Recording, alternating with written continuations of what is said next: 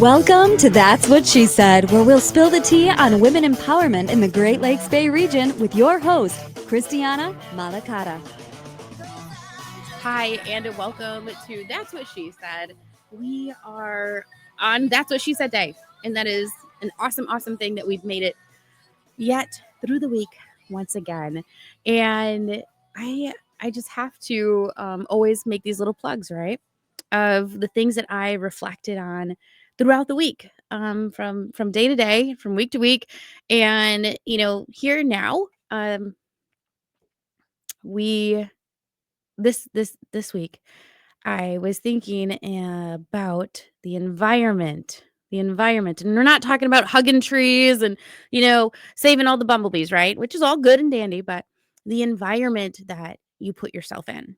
I had a friend come to me and she texted me because she was very, very excited. She's like, I got this really awesome job. I've been searching and it finally happened. And I instantly was very excited for her. Right? I'm like, let me share this joy with my friend. But I knew what some people that she was sharing that with, they had to make a decision of, am I going to be joyful for her, or am I going to say, good for you, and then take that energy and say, I wish I would have had that opportunity. I wish that could have been me. But instead, you are sharing that joy with your friend. And as I did, I was like, congratulations, I'm so excited for you. But is this the environment that you want to be in? Is this what you wanted? And she stopped texting me and I'm like, "Oh no." All those girly thoughts came in. What did I say? What did I do? Is that too forward? Did I say something wrong? And then she texted me back and she says, "Thank you for asking me that." Yes. I had to ask myself that question too. So then throughout the week, I'm talking about environment, thinking about environment. Is this where I want to be? Is this a situation that I need to be in? And is this a situation I need to remove myself from? So, a piece of advice that I'd like to pass on to all of the listeners today, and to kind of challenge yourself, especially as we move into a new week. And is this the environment that I'm creating for myself, or is someone else creating this environment for me? Is this somewhere that I need to be, or is this somewhere that I need to remove myself? Because yes, you deserve to be in an environment that is going to build you. And that's exactly what our guest does. She builds awesome environments for amazing youth, adults, community workers. As a boss babe, I said it, as a boss babe, she creates an amazing, welcoming environment for her employees and beyond. Today we have Kathryn Tate. Hi, Kathryn. Hi, Christiana. How are you today? I'm so good because you're here in the guest chair, and I get to fire some questions at you, and we get to pick your brain on what it's like to just, one, be a pillar in the community, two, manage that as a woman, and three, let's save three for later. So, Okay. Kathryn, can you share with us how the community would know you? So as a title, my title is President and CEO of the Legacy Center for Community Success. In that space, I mean, it sounds like it's a big title, I guess. Like, it took me 3 years to be comfortable with that title. But in that space, I'm in a lot of community organizations. I am in collaborative groups. People see me at Health and Human Services Council. They see me in coalition meetings. They see me in presentations. A lot of people have seen or heard me present on youth development. And so those are the spaces that I mostly operate in. With that Legacy Center bent, we talk about youth development, we talk about literacy services, and we talk about substance use prevention. So you'll find me in any of those spaces. Those are all very big, heavy categories. Yes. Each of them have an entire, pool behind them, and you're working within all these categories. Is there something that really drove you to this position? You're like, this is where I need to be. Oh, yeah. So we're going to dig back here. I know that you said if I have a story, we're going to tell it. So I've always really been interested in child development and like family dynamics. That's always been an interest for me. And so when I went to college, I went to Purdue University and I studied human development and kind of tried to figure out what space I wanted to be in there. And I will tell you that nonprofit was not the space I expected. Okay. After a few years, I was looking at maybe something connected to university outreach. I didn't know exactly. But so my first job out was at Purdue Extension, and so we did the outreach aspect of the university, educating families and consumers in a community about best practices for their homes and their families. And then my husband graduated with his doctorate, and we had to go move somewhere else, and we landed here. And I ended up at the Social Security Administration. Which was an interesting fit and maybe not the place where I shined the best. And so after almost a decade there, I was ready to find something that got me back to people and connecting and giving back to our community and also getting back to that youth development piece. And I'm looking for jobs, and this job with the Legacy Center pops up as a community integration person, community integration specialist, I think was my term. And I was going to be responsible in that role for bringing together people to keep kids from getting into trouble.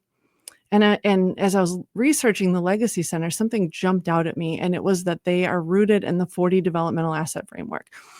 And What's that? So 40 Assets comes from an organization called Search Institute. They're based out of Minneapolis, Minnesota, and they've been studying what it takes to make kids thrive for 50 years. And what they found through their research is that there are 40 things that kids need. It's support and empowerment and boundaries, and they need opportunities to stretch and grow themselves. And then while those things are happening for them, they're becoming who they're going to be inside. They're building their values and what matters to them and how they feel about themselves. So what fascinated you most about that portion? So it goes back to my childhood. When I was 17 years old, my dad was on a committee back in Fort Wayne, Indiana, where I grew up. And that committee introduced him to the 40 assets. And I remember him coming home from that meeting that night, and he handed me this list of 40. And he said, "How many of these do you think you have?" And that stuck with me. And I Yeah. don't know why that stuck with me, but it really stuck with me. And I think I remember having something over 20, probably 24, 25. And now that I'm sitting in my seat, I understand the importance of having a lot of these developmental assets. Kids need at least 20 just to keep them out of like basic trouble.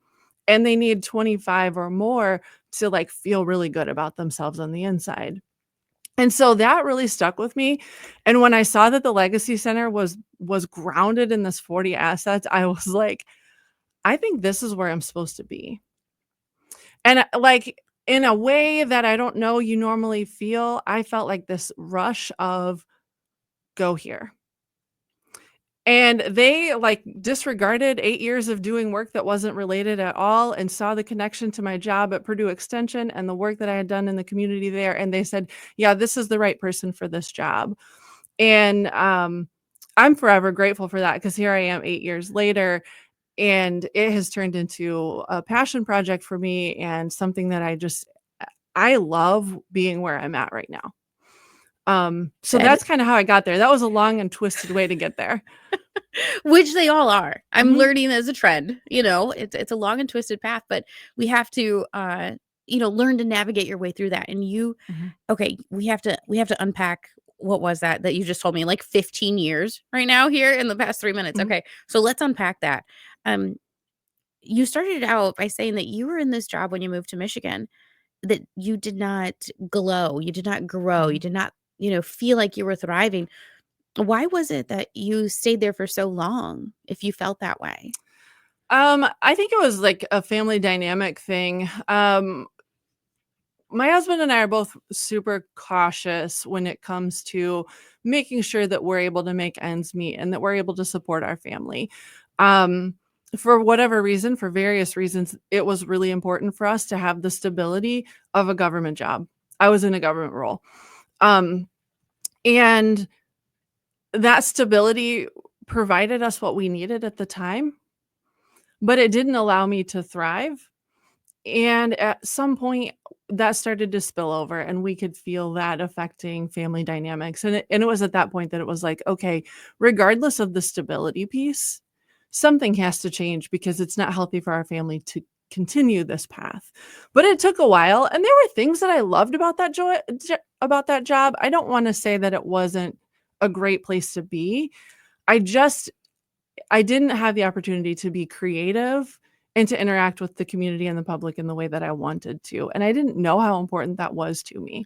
So how I, navigated through the beginning of this conversation was putting yourself in an environment, Mhm. right? So the way that I guess I'm seeing that is you were in an environment that you felt you needed to be in, but Mhm. necessarily didn't want to be in. I would say that's true, especially in the last few years where I was recognizing the stress it was putting on me not to be able to wholly be who I was. I'm a natural leader. I have been thinking and reflecting on that a lot lately. If I see a leadership void, I don't even think about it. I just kind of step into that void to make sure that there is direction. And that wasn't a space I could do that in. And it more power to the folks that can do that day in and day out. That job required a lot of organization, a lot of paperwork. If you talk to my staff today, you will find that that is not my forte, not my forte. So you had to learn it you're good at. Like this is what I'm good at. How Yes, do I make this flourish? How yes. did you do that portion? How to How how to did you flourish? learn? Oh, how Yeah. did I learn? How did you learn what Oh, you were good at? some of it was learning what I'm not good at. Ooh. Um, that time that I spent at Social Security, I learned that, yeah, I can do those jobs. I can be moderately organized. I can make sure that I'm following the guidelines and the rules. And I think I learned a lot too about um, what is the importance of having guidelines and rules and boundaries, right? I learned about that, but um, I learned that when you're not in the right fit, it takes away from your well-being.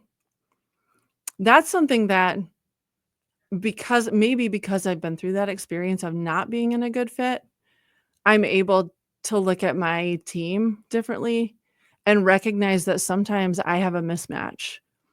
And if we can make an adjustment to how we're organizing things, responsibilities, and the way that we're operating as a team, then maybe we can solve that problem. And we have solved a number of problems by just doing some rearranging and finding what people's strengths are and playing to those strengths.